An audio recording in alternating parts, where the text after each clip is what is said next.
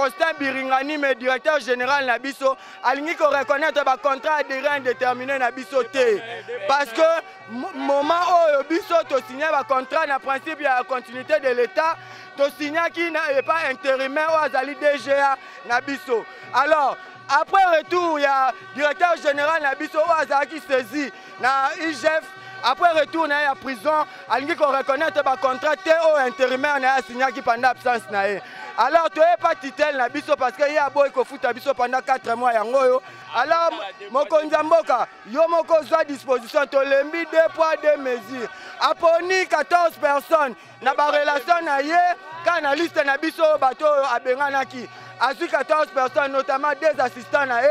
Na ba relation na ye o 12 personnes mususu bazalaki wana ba menace tozozo ba menace na téléphone tozozo ba menace toza ba ka ba AVC n'est pas ba agent président de la République solution ezate papa ba o ti mokonza mboka na biso ayeba yango poye azo prôner pona biso nyonso toza na ba emploi surtout biso ba jeune cadre o totangi toza na ba mais toujours déjà un contrat durant déterminé, mais c'est Faustin Biringani, mais aligné qu'on reconnaître Bissoté. Bazo Sambou sa gouvernement, maman Jidi Chimouna. Mais tu as vu que moi, c'est dans la poste, évolution, dans la mboka, Bisso, Bajanto se retrouver. Biringani, mais na ministre, nae, bazan en complicité, aligné qu'on sentir Bissoté. Et comme un amateur chef de l'État.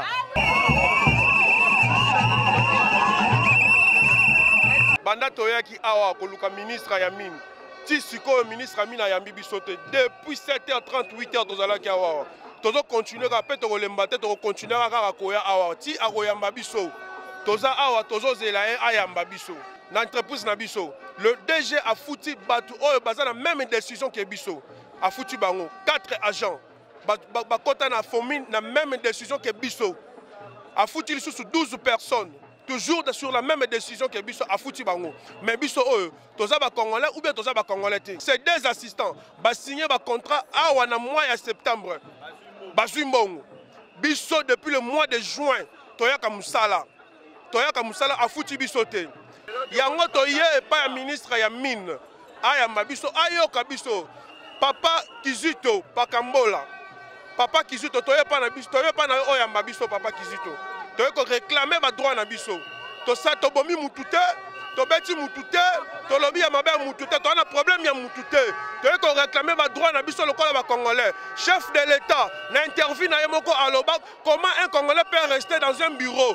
Il travaille pendant plus de 4-5 mois, il ne s'est pas réclamé et puis il applaudit son patron. Ce n'est pas normal. Dans le ministère Bayambi Bisso, il est déjà 15 h passé depuis Toyaka depuis 7h30 tozali na bino Bayambi Bisso to solo lina bango to ebisi bango ba problème na biso ba ebisi biso boye que ba ko répondre biso ministre ayoki biso alobi ako répondre biso dans un bref délai toyoki toza bana mboka toyoki biso tokei tozo zela ministre a répondre biso dans un bref délai mais ce qui ministre à répondre bisoté dans un bref délai. Tokozonga lisusu awa. Nesika o pour continuer à réclamer. Na sur réponse à ministre Ekozala ba futa biso salaire na biso. Il y a plus de 3 mois de travail toya comme ça là. Allez na communiquer au DG na biso tchaki ya koloba ke to chama kolo na biso te na ba loko ya famine tozonga na musala na biso tozali na confiance na ministre na biso et puis confiance ya président de la République son excellence Félix Antoine Tshisekedi Tshilombo o tolingaka mingi Fachi Beton